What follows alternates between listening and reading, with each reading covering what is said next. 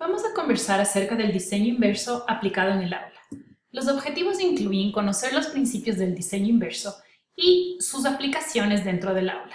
Esta presentación está basada en los principios de Wiggins y McTighe. Esta forma de diseñar es una forma alternativa al modelo tradicional, ya que no se basa en las actividades o el contenido, sino más bien el objetivo de aprendizaje es el que guía el diseño. Si yo pienso cuál es mi destino, a dónde quiero que puedan llegar mis estudiantes, tengo que pensar en la forma más efectiva y eficiente de llegar a ese destino. Se llama diseño inverso porque primero pensamos en el fin, en la meta, en el objetivo a donde yo quiero llegar. Pensamos primero en cómo vamos a evaluar antes de cómo vamos a enseñar. Por eso tiene su nombre. El rol del profesor en esta forma de diseñar es de un diseñador, es decir, el profesor está encargado de hacer este proceso para que los estudiantes alcancen los objetivos de aprendizaje. En este proceso, el currículum es un mapa del aprendizaje basado en los objetivos planteados. Hay que tomar en cuenta los estándares nacionales o institucionales al momento de realizar un diseño. Es muy común que al momento de diseñar o planificar nuestras clases, nos enfoquemos únicamente en actividades y en los contenidos que queremos cubrir. Cuando usamos diseño inverso, las actividades son un medio, no son el fin. Wiggins y McTighe nos hacen reflexionar acerca de la comprensión. Vamos a hacer una diferenciación entre conocimiento y comprensión.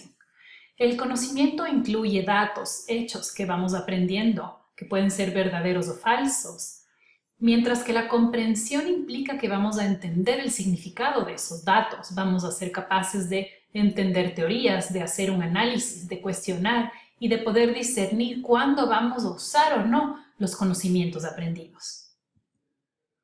Existen algunas facetas de la comprensión.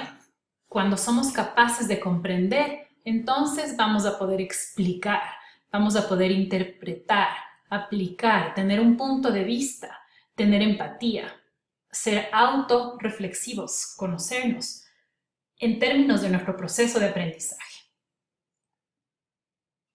Cuando existe comprensión, existe transferencia de aprendizaje. Esto quiere decir que vamos a ser capaces de usar un conocimiento en una nueva situación, en un contexto real.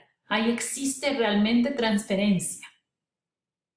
Wiggins y McTighe proponen que antes de realizar cualquier diseño, debemos ser capaces de plantear preguntas esenciales que implican que analicemos qué es lo trascendente en el proceso de educación. Estas preguntas pueden ser generales o específicas, acorde al tema. Son preguntas que se repiten en el tiempo, no tienen una sola respuesta. Incluyen ideas principales en una disciplina, dilemas, nos permiten cuestionar paradigmas, promueven el pensamiento crítico y la reflexión y conectan conocimientos previos con conocimientos nuevos. La relación entre las preguntas esenciales y las facetas de comprensión. Hay algunos ejemplos en relación a cada una de estas facetas de la comprensión. En explicación, ¿cuál es la principal idea en tal tema? ¿Cuáles son las características de? En la interpretación, ¿cuál es el significado de? ¿Cómo y cuándo podemos usar tal conocimiento? En la perspectiva, ¿cuáles son los diferentes puntos de vista acerca de tal tema? Empatía, ¿cómo sería caminar en los zapatos de? Autoconocimiento, ¿cuáles son mis fortalezas y debilidades? Dependiendo de cada uno de sus temas, ustedes podrían basarse en estos ejemplos de preguntas esenciales al momento de realizar su diseño.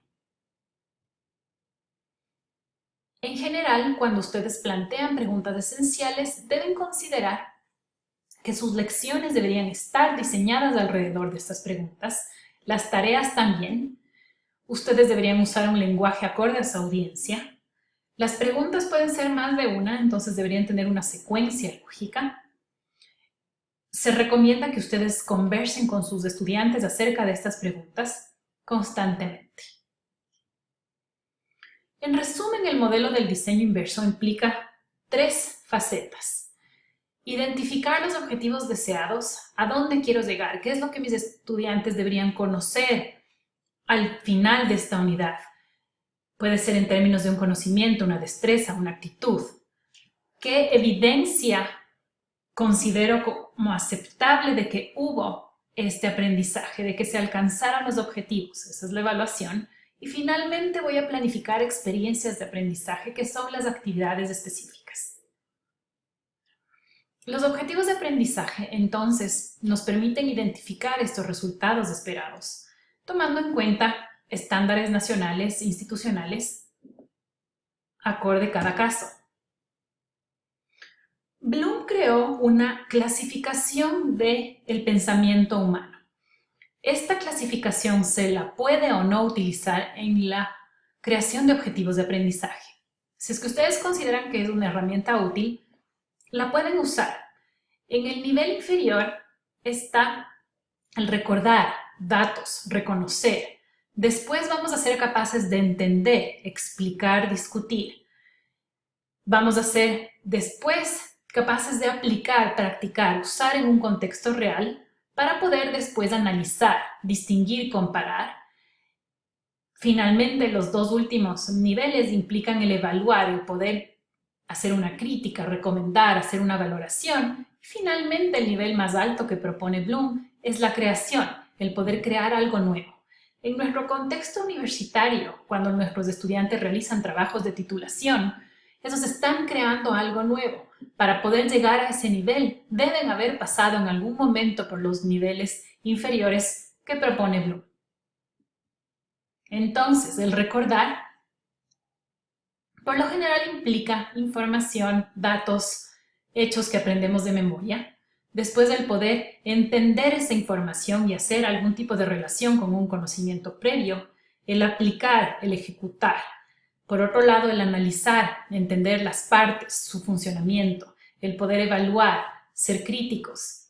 Y finalmente el crear, el desarrollo de un plan nuevo con todos sus componentes y, como mencioné anteriormente, tenemos que haber pasado por las facetas anteriores para poder llegar al nivel más alto propuesto por Bloom. Nuevamente, ustedes podrían utilizar esta clasificación para desarrollar sus objetivos de aprendizaje. Avancemos con la evaluación. ¿Cómo evidenciamos que se alcanzaron los objetivos propuestos? ¿Qué se considera como evidencia aceptable? Existen varios tipos de evaluación: formativa, sumativa, diagnóstica, autodiagnóstico. Hay una revisión de pares también. Vamos a seguir conversando más adelante acerca de estos tipos de evaluación.